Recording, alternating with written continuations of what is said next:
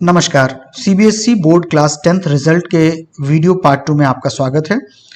जैसा कि आप लोगों को जानकारी है कि 2021 के बोर्ड रिजल्ट्स की प्रिपरेशन के लिए सीबीएसई ने पूरी की पूरी जिम्मेदारी स्कूल्स के ऊपर छोड़ दी है। पिछले वीडियो में हम लोगों ने देखा कि फॉर्मेशन ऑफ रिजल्ट कमेटी कैसे होगा, rules for constitution of result committee क्या है and what will be the roles and responsibilities of result committee.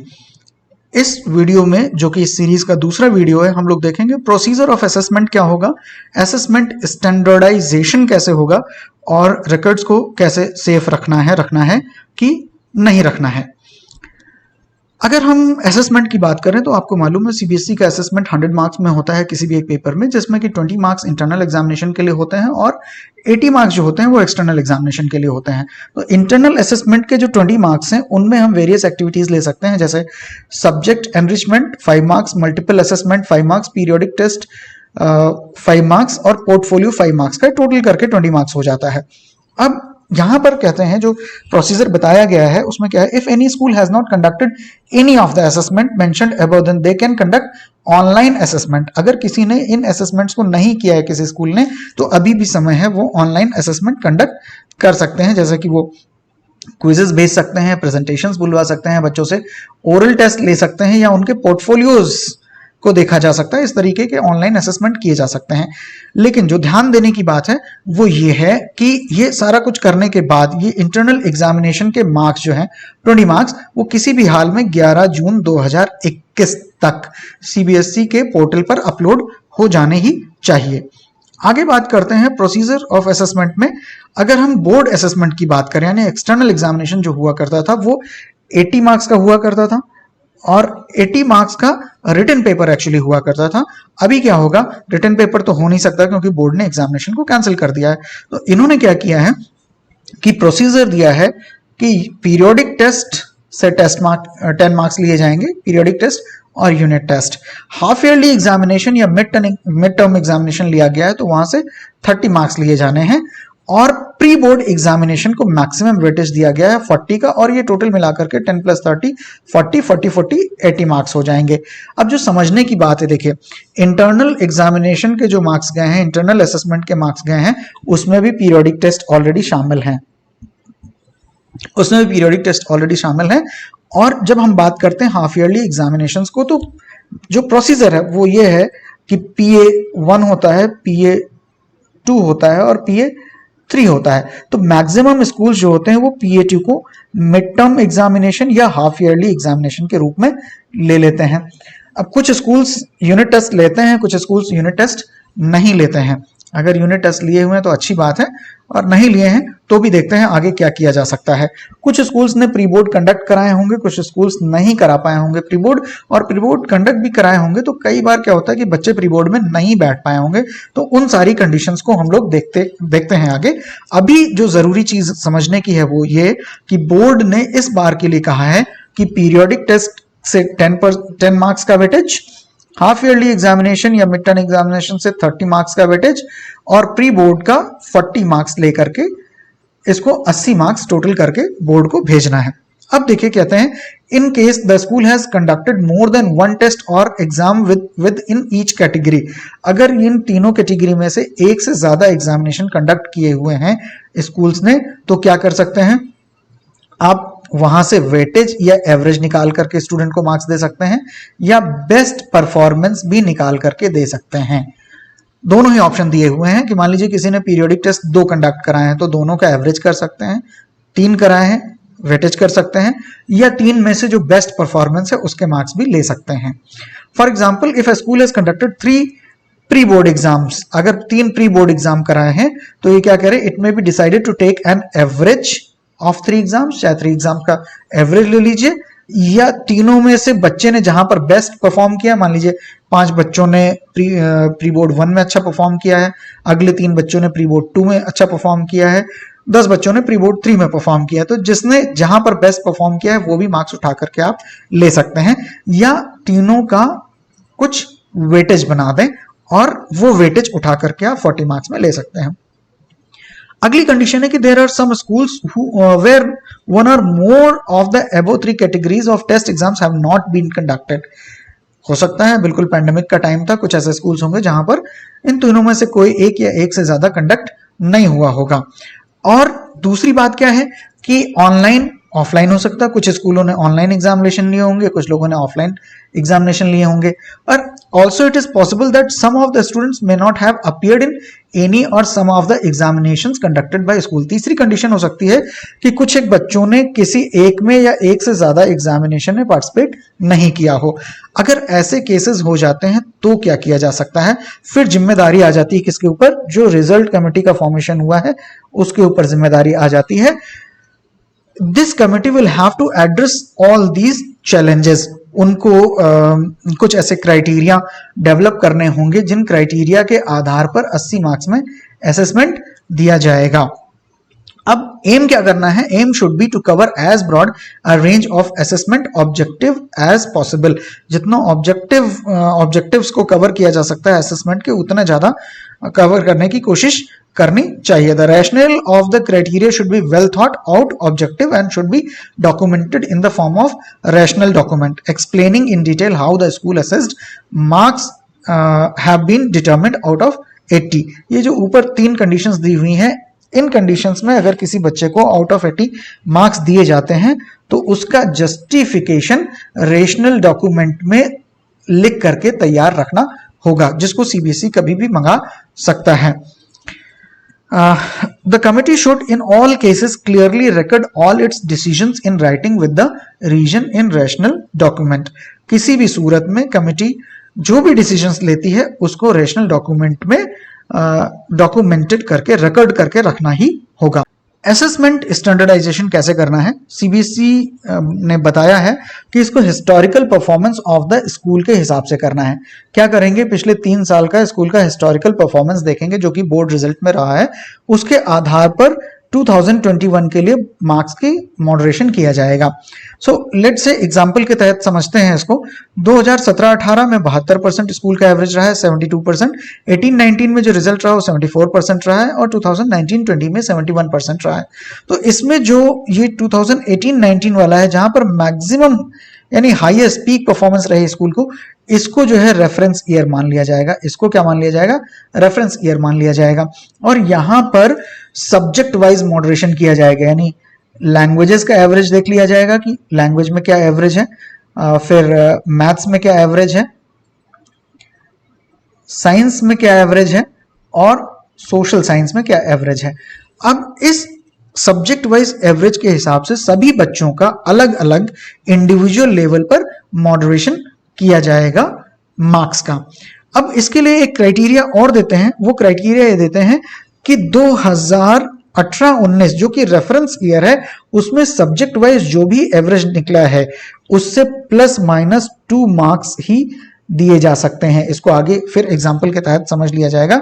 जो भी 5 मेन सब्जेक्ट्स हैं, यानी लैंग्वेजेस 2 लैंग्वेजेस हो गई, एक मैथ्स हो गया, एक साइंस हो गया, एक सोशल साइंस हो गया, उसमें +- 2 ही किया जा सकता है। उसको आगे एग्जांपल के जरिए हम लोग समझेंगे। अब देखते हैं, in case data for schools is available only for 2 years. एक कंडीशन होगी कि कुछ स्कूल ऐसे होंगे जहां पर केवल 2 साल बोर्ड एग्जामिनेशन हुए होंगे, तो उनके पास केवल 2 साल का डेटा अवेलेबल होगा। तो वो क्या करेंगे? दोनों साल में से जिस साल की बेस्ट परफॉर्मेंस होगी उसको रेफरेंस ईयर बना लेंगे। कुछ स्कूल ऐसे हो सकते हैं जिनके पास केवल 1 साल का डेटा अवेलेबल हो, उनको जो है उन बोर्ड एग्जामिनेशन केवल 1 साल दिया हो, तो the same will be taken as reference years. और कुछ स्कूल ऐसे होंगे जो पहली बार बोर्ड एग्जामिनेशन दे रहे होंगे जिनके बच्चे, वहां पर क्या करना है? वहां पर क्या होगा? बोर्ड जो है स्कूल्स को district, state and national average of last 2 year performance को अवेलेबल कराएगा, है ना। And board exams and the best performance in terms of overall average score from among the district, national and state average will be taken as the reference year। जिन schools में अभी तक board exam नहीं conduct हुए हैं, first time conduct होने जा रहे हैं, वहां पर बोर्ड उनको district wise, state wise, nation wise averages available करवाएगा और उसमें से बेस्ट एवरेज स्कोर को रेफरेंस ईयर के तौर पर मान लिया जाएगा। अगर इन क्राइटेरियाज की बात करें तो ये क्राइटेरिया काफी डिबेटेबल हैं। आगे बढ़ते हैं, देखते हैं कि the board distribution of marks obtained by students of the school in specific year subject wise will be made available to the school by board in their login account. जो भी स्कूल्स हैं उनके लॉगिन अकाउंट में सारा का सारा data board के द्वारा अवेलेबल करा दिया जाएगा, इसकी चिंता करने की आवश्यकता नहीं है। And once the result committee finalizes the marks on basis of test exams, it has to ensure that the marks of students are aligned with the board distribution of marks provided by the board। ये ध्यान देने की जरूरत है, जो पिछले rules and regulations बताए हैं उनके आधार पर जब रिजल्ट कमेटी टेस्ट और एग्जाम्स के मार्क्स को फाइनल कर लेती है आउट ऑफ 80, जब फाइनल कर लेती है तो उसको ये देखना होगा कि बोर्ड ने जो मार्क्स का डिस्ट्रीब्यूशन दिया हुआ है लॉगिन में उसके अलाइनमेंट में ही मार्क्स को दिया गया हुआ है। इसके लिए इन सारी चीजों के लिए बोर्ड क्या करेगा, एक ऑनलाइन सिस्टम जनरेट करेगा, क्योंकि यहाँ पर बहुत सारी कैलकुलेशंस करनी होंगी, गलती होने की बहुत सारी संभावनाएं होंगी।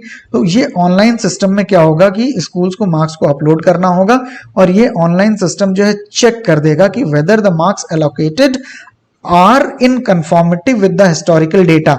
जो हिस्टोरिकल डिस्ट्रीब्यूशन ऑफ डेटा है उससे अलाइनमेंट हो रहा है कि नहीं हो रहा है। अगर मार्क्स मिसमैच हो रहे होंगे तो रिजल्ट कमेटी को रिवाइज करना होगा मार्क्स को, और अगर मार्क्स जो है ऑब्जेक्टिव क्राइटेरिया के तहत है तो अपलोड करने की परमिशन वहां से मिल जाएगी। In case due to skewness of result, the result committee finds itself unable to fit marks in the distribution given, it may decide to give weightage to the student's performance in class 9th and or other periodic evaluations including project based assessment which are an objective measure of the academic performance of the students। अब मान लीजिए किसी कठिनाई की वजह से जो result committee है वो ऐसे मार्क्स डिस्ट्रीब्यूशन नहीं तैयार कर पा रही है जिसका अलाइनमेंट प्रॉपरली हो जाए ऑनलाइन सिस्टम में, तो उनको क्या करना है, एक वेटेज सिस्टम बना लेना है, एक वेटेज डेवलप कर लेना है और उसको आधारित कर सकते हैं क्लास 9th के रिजल्ट पर या जो दूसरे पीरियोडिक इवेल्युएशंस लिए हुए हैं स्टूडेंट्स के, उनके आधार पर स्टूडेंट्स को मार्क्स दे देने हैं और इस तरह से देने हैं कि वो अलाइनमेंट में आ जाएं, ऑनलाइन सिस्टम से अलाइन कर जाएं। यहां देखते हैं जो अभी हम लोग पिछली स्लाइड में यानी कि इस स्लाइड में बात कर रहे थे +-2 मार्क्स की बात कर रहे थे, इसको ही आगे हम लोग समझ लेते हैं। यहां पर ये कह रहे हैं कि जो भी रेफरेंस ईयर लिया गया है, इस केस में हम लोगों ने रेफरेंस लिया हुआ है 18-19 को, 2018-19 को रेफरेंस ईयर लिया हुआ है। वहां पर जो सब्जेक्ट वाइज मार्क्स हैं उनको 2021 में +-2 से मॉडरेट किया जा सकता है, राइट। इसको ऐसे समझते हैं एग्जाम्पल लेकर के कि इफ इन 2018 एंड 19 2018-19 में गणित और साइंस का रिस्पेक्टिव जो एवरेज मार्क्स थे वो 78 और 84 थे, तो 2021 के लिए ये मार्क्स वेरी कर सकते हैं।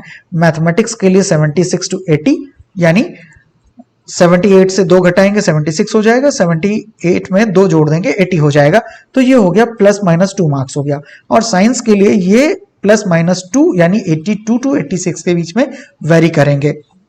अब देखिए थोड़ी सी और मुश्किल यहां पर खड़ी कर दे रहे हैं कैलकुलेशन की, कि सब्जेक्ट वाइज वेरिएशन तो अलाउ कर रहे हैं, कितना अलाउ कर रहे हैं, +-2 का अलाउ कर रहे हैं सब्जेक्ट वाइज वेरिएशन, लेकिन अगर 5 के पांचों मेन सब्जेक्ट का एवरेज निकाला जाता है और वो निकलता है 2018-19 में 71 मार्क्स निकलता है, राइट।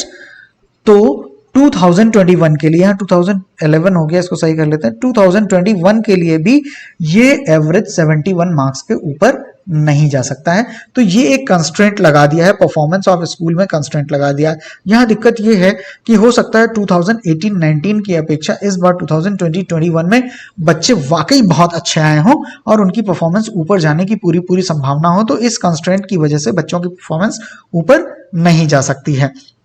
इसको एक बार और समझ लेते हैं। ये एक डिफिकल्ट पॉइंट है कि अगर मैथ से मान लीजिए 2018-19 में 78 का एवरेज रहा है तो 2021 में ये 76 to 80 वेरी करेगा, और साइंस में अगर 2018-19 में 84 रहा है तो 2021 के लिए ये 82 to 86 वेरी करेगा। और सब्जेक्ट वाइज वेरिएशन तो अलाउ किया गया है, लेकिन अगर पांचों सब्जेक्ट को एग्रीगेट करके उनका एवरेज निकाला गया है तो 2018-19 जो कि रेफरेंस ईयर इस केस में एग्जांपल के केस में है, उससे ज्यादा 2021 का एग्रीगेट एवरेज नहीं हो सकता है। Both these checks will be available in the online system. Online system में इन दोनों को चेक किया जा सकता है आसानी से। जब आप मार्क्स डालेंगे तो ऑटोमेटिकली वो चेक हो जाएगा। And once the uploaded school based assessment marks are consistent with the board's policy and directives, the school will be able to finalise the marks on the board's portal. In case marks are not consistent with the board policy, school will not be able to upload marks on the board portal. बहुत clear कह रहे हैं कि जो board के directive हैं अगर उनसे अलाइनमेंट हो जाएगा मार्क्स का, तब तो पोर्टल पर मार्क्स अपलोड हो पाएंगे, फाइनलाइज हो पाएंगे। और अगर कंसिस्टेंसी नहीं है, अलाइनमेंट नहीं हो रहा है बोर्ड की पॉलिसी के साथ में, तो ना तो मार्क्स को अपलोड किया जा सकेगा और ना ही फाइनलाइज किया जा सकेगा। अब मॉडरेशन ऑफ मार्क्स की बात देख लेते हैं। Keeping in mind that the school principals and teachers are best placed to assess the student based on the performance of the students in internal test exams, they are expected to provide fair and objective assessment. क्या करना है? वही बात दोबारा से निकल कर के आ रही कि fair and objective assessment करना है। However, to take care of variations हो सकते हैं in a school level evaluation process, there is a need to standardize the scores across the schools through a process of moderation of marks. This is necessary in the interest of fairness and to ensure that the marks allocated are comparable and there is no adverse impact on undue gain for any student because of the methodology process of evaluation used by the individual school. Moderation of marks की जरूरत क्यों थी वो यहाँ पर बताया गया है कि किसी अच्छे बच्चे का नुकसान ना होने पाए और किसी बुरे बच्चे को अनड्यू एडवांटेज ना मिल जाए, इसलिए मॉडरेशन ऑफ मार्क्स जरूरी था। Now safe keeping of records, जो भी रिकॉर्ड्स तैयार होते हैं इस पूरी प्रोसेस में, यानी कि चाहे वो पीरियोडिक असेसमेंट के डॉक्यूमेंट्स हों, पोर्टफोलियोज हों या क्विजेज हों या व्हाट्सएवर, जो कुछ भी रहा है, जिन जिन चीज़ों को रैशनल डॉक्यूमेंट में डॉक्यूमेंट किया गया है, रिकॉर्ड किया गया है, उससे रिलेटेड सारे के सारे डॉक्यूमेंट को सभी कमेटी मेंबर्स के सामने प्रोक्योर करके प्रिंसिपल के पास सुरक्षित रख लिया जाना चाहिए। जरूरत पड़ने पर वेरिफिकेशन के लिए सीबीएसई इनको बुलवा सकता है या किसी कमेटी को भेज करके चेक कर सकता है।